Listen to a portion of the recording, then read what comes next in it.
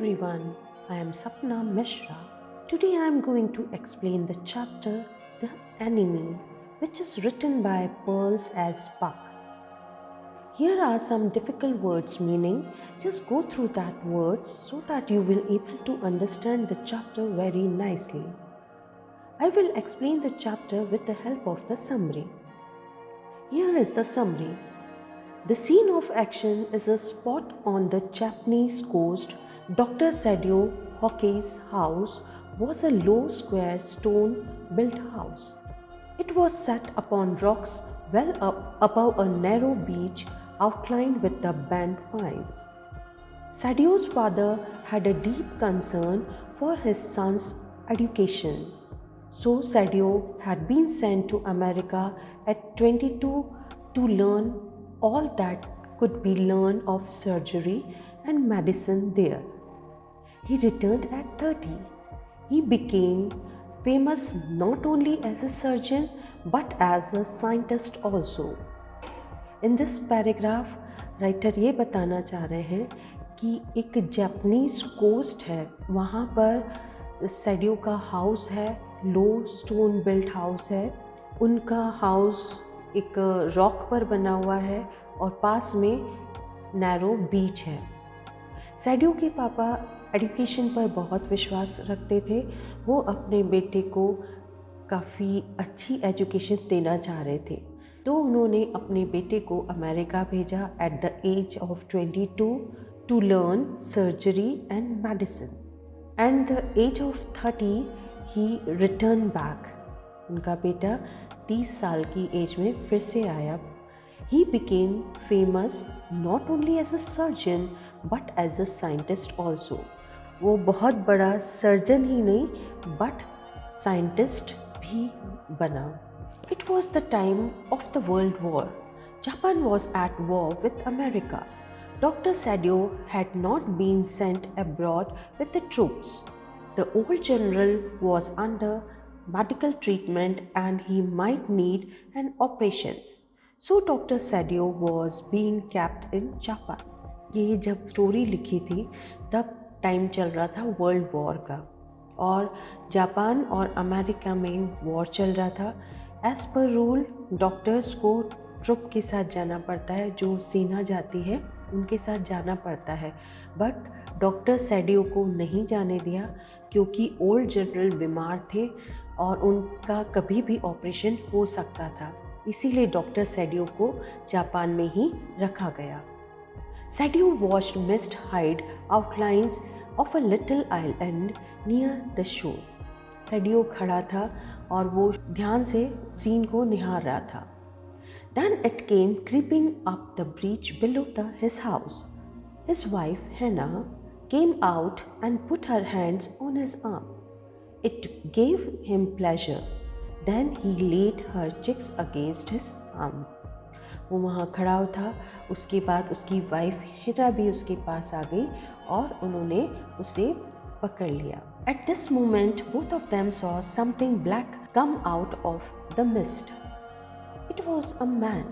He straggled a few steps. और उस time जब ये लोग अपने घर के बाहर बालकनी में खड़े हुए थे, आइलैंड को देख रहे थे, तब उन्होंने देखा कि एक कुछ काली सी परछाई सी उन्हें दिख रही थी. और फिर ध्यान से देखा तो एक आदमी था और वो लड़खड़ा रहा था. Straggled means लड़खड़ाना. Then the curled mist hid him again. और जो धुआं था, जो मिस्ट थी वहाँ पर, उसकी वजह से वो इंसान फिर से छुप गया. Hannah and Sadio leaned over the railing of a veranda. और वो अपने घर पर रेलिंग के वहाँ खड़े थे तो वो झुक कर देख रहे थे. They saw a man crawling on his hands and knees. उन्होंने देखा कि वो मैन घुटनों के बल क्राउल कर रहा है. Then he fell down on his face and lay there. They thought that it was perhaps a fisherman who had been washed from his boat. फिर वो गिर गया, फेस के बल गिर गया और उन्हें लगा कि शायद से वो फिशरमैन है जो वहाँ डूब गई होगी बोट और वहाँ से वो तैर कर आया है. When they came towards him, they saw that he was wounded. He lay motionless. They saw his face. He now whispered that he was a white man. जब उस आदमी के पास आए तो उन्होंने देखा कि वो घायल है और वो बेहोश पड़ा है, बिल्कुल कोई बॉडी में मूवमेंट नहीं हो रहा है। जब उन्होंने उसका फेस देखा तो हैना ने कहा कि अरे ये तो वाइट मैन है, he is a American. Sadao began to search for the wound. Sadao कहाँ उसको घाव लगा है वो देखने लग गया, क्योंकि वो डॉक्टर है, इसलिए सबसे पहले उसका काम था कि कहाँ पर घाव हुआ है वो सर्च कर रहा था। Blood flowed freshly at his touch, और जैसे ही सैडियो ने टच किया तो वहाँ उसे पता चला कि ये ब्लड तो अभी अभी निकलना चालू हुआ है। In order to stanch a fearful bleeding he patched the wound with the sea moss, और इस ब्लीडिंग को रोकने के लिए बहुत तेज़ी से ब्लड बह रहा था, तो वो ब्लड रोकने के लिए उन्होंने सी मोस लगाया ताकि कुछ ब्लड रुक जाए। The man was unconscious. Man बेहोश था। He moaned with pain in his stupor but he did not awaken, और वो बेहोशी की हालत में भी कर्रा रहा था बट वो जागा हुआ नहीं था। सैडियो murmured, "What shall we do with this man?" He said that the best thing that they could do was to pick him back in the sea. सैडियो ने कहा कि अब इस इंसान के साथ हम क्या करें। एक्चुअली वो अमेरिकन था, यदि वो अमेरिकन का सपोर्ट करते तो वो लोग फंस जाते। देन सैडियो ने कहा कि सबसे अच्छा तरीका तो यह है कि इस इंसान को फिर से सी में डाल देते हैं। हैना agreed with it. Sadio explained that it was a difficult situation. If they sheltered a white man in their house, they would be arrested.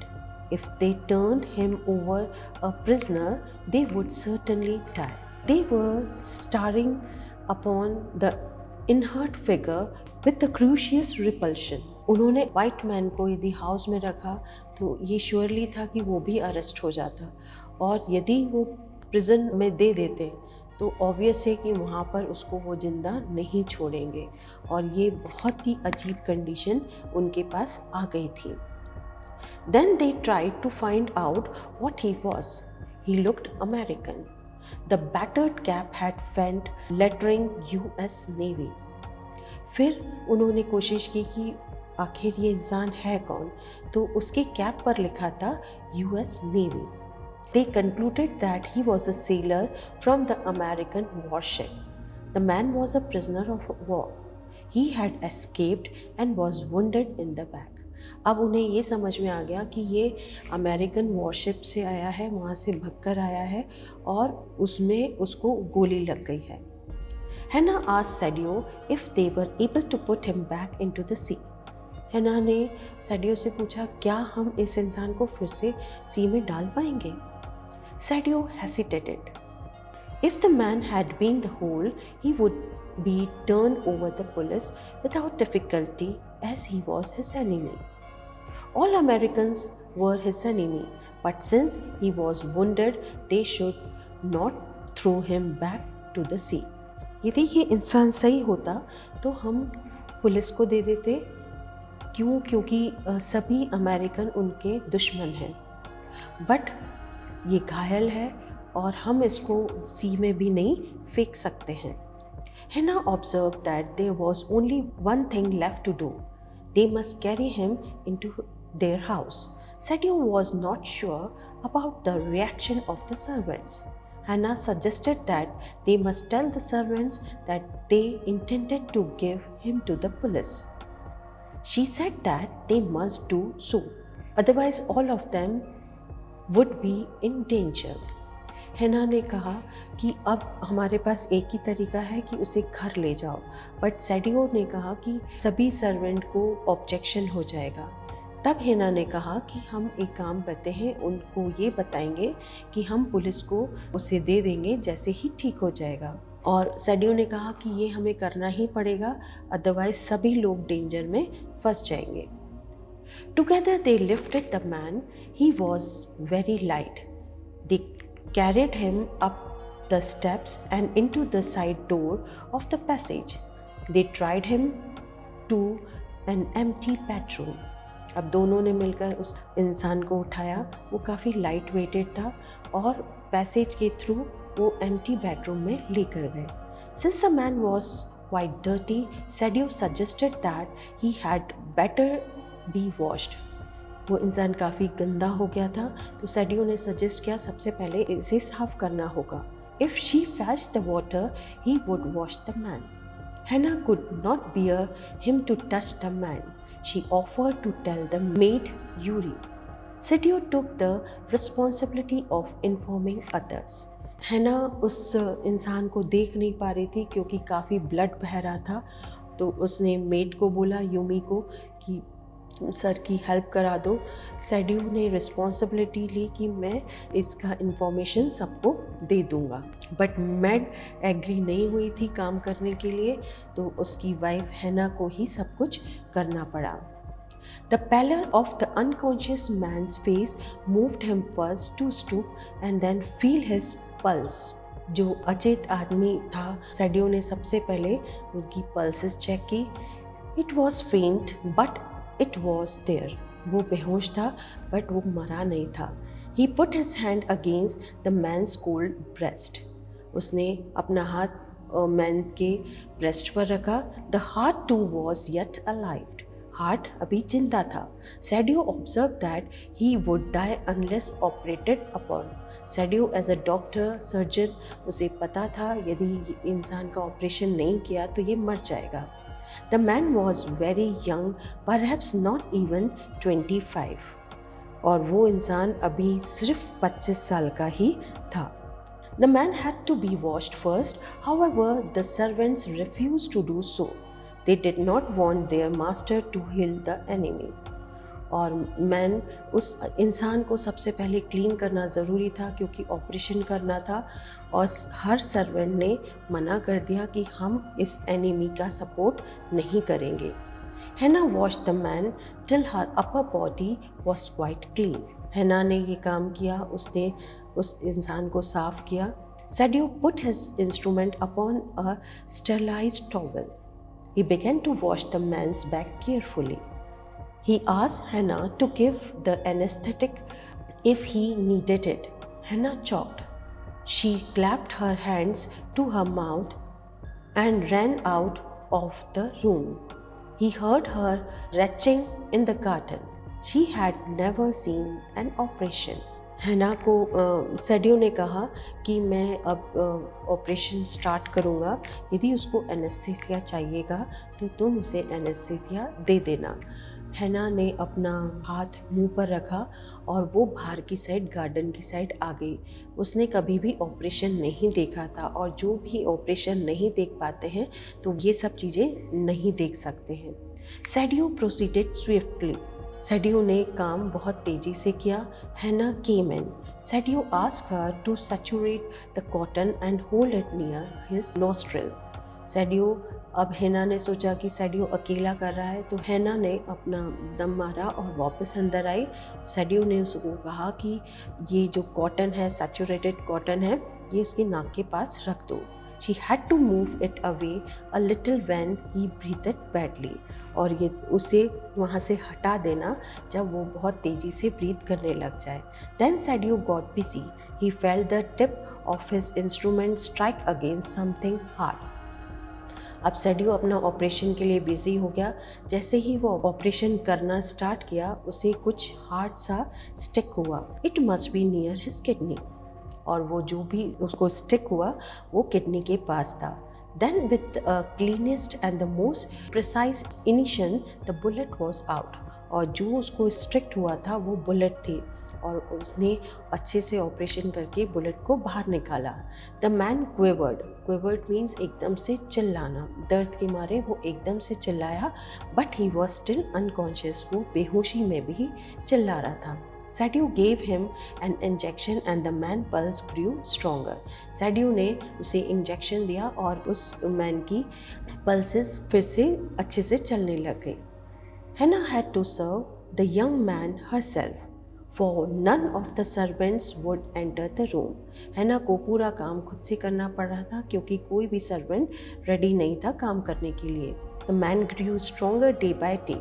The servant decided to quit if master kept the enemy hidden there. और धीरे धीरे वो इंसान ठीक होने लग गया, but servants देख रहे थे कि सेडियो ने उसको पुलिस को नहीं दिया, तो वो धीरे धीरे वहाँ से चले गए, उनने नौकरी छोड़ दी। On the 7th day the servants left together. 7वें दिन सभी सर्वेंट एक साथ चले गए। Hana carried the morning food to the prisoner. सुबह का खाना प्रिजनर के पास लेकर आई। On the coming back she asked Sadao why they could not see clearly what they ought to do. और उसके बाद जब सेडियो के पास आई तब उन्होंने कहा सेडियो से कि हम क्यों नहीं सोच पा रहा है कि हमें करना क्या है इसके साथ। In the afternoon, the messenger came in official uniform. He asked Dr. Sedio to come to the palace at once as the old general was in pain. Hannah breathed a sigh of relief. Afternoon में एक messenger आया uniform, official uniform में। अब दोनों डर गए थे। क्यों? क्योंकि उन्हें लगा कि ऐसा तो नहीं कि ये लोग हमें बंदी बनाने आए। उनके पास अमेरिकन छुपा हुआ था। फिर जो इंसान ऑफिशियल यूनिफॉर्म में आया, सेडियो को बुलाया गया क्योंकि ओल्ड जनरल था, उनका पेन स्टार्ट हो गया था।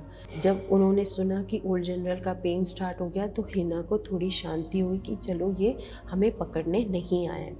सो she breathe in a sigh of relief. When Sadao came to say goodbye she revealed her fear. और जब सेडियो हिना को गुड बाय करने आया तो वो डर उसका शो हो रहा था। She had thought that she had come to arrest him. Sadio promised to get rid of that man for her sake. हैना ने पूरा अपना डर शो किया और उसे डर लगा कि वो लोग पकड़ने आए हैं। सेडियो ने प्रॉमिस किया कि मैं इस आदमी से जल्दी से ही छुटकारा पाऊंगा। Sadio told the general about the man he had operated upon.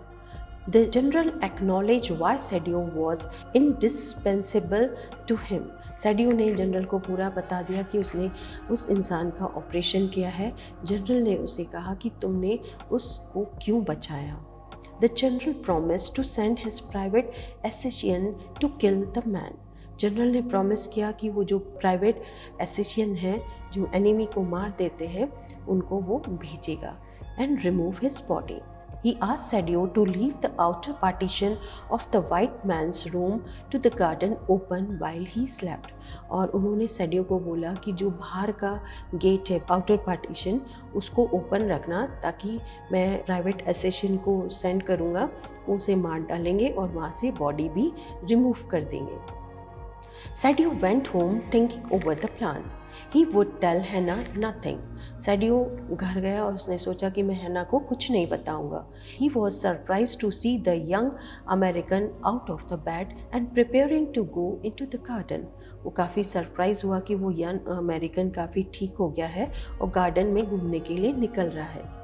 He complained that the muscle on one side felt swift. उसने कंप्लेन की सेडियो से कि एक साइड की मसल से वो काफ़ी स्विफ्ट हो गई है।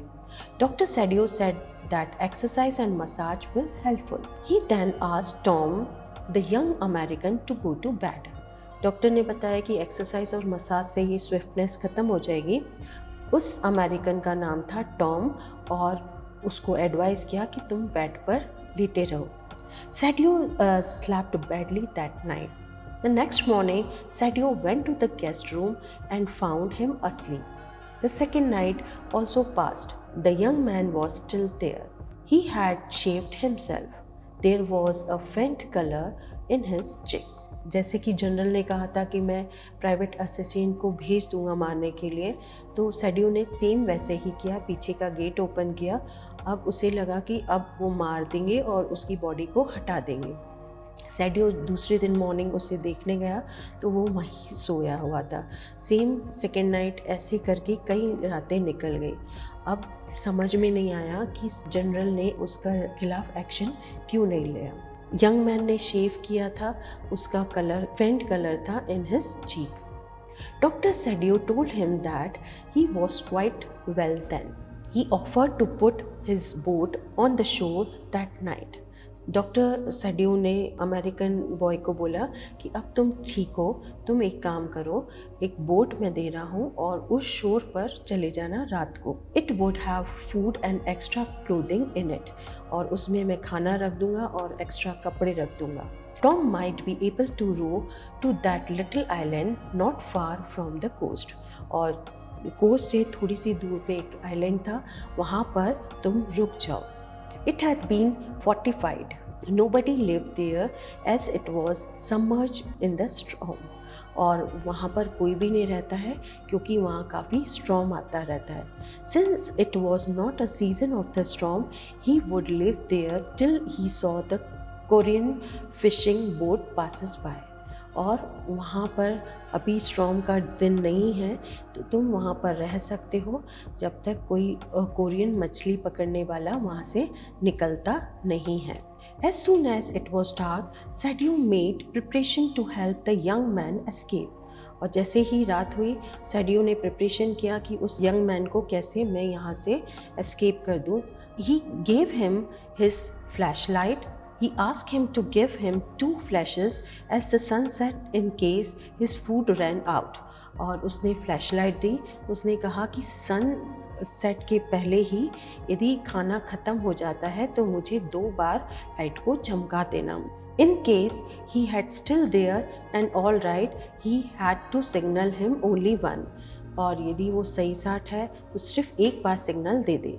He was warned out to signal in darkness, for it would be seen. और उसे वॉर्न किया गया कि रात को कोई भी सिग्नल मत देना, क्योंकि यदि रात को फ्लैशलाइट चमकाएगा तो वो समझ में आ जाएगा कि वहाँ कोई है।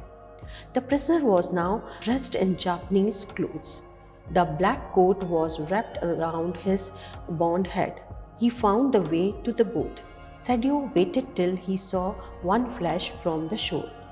और उसको जापानीज़ क्लोथ्स दिए गए और वहाँ से जापानीज़ क्लोथ पहनकर वो वहाँ चले गया और सैडियो वेट कर रहा था उसकी फ्लैशलाइट के लिए।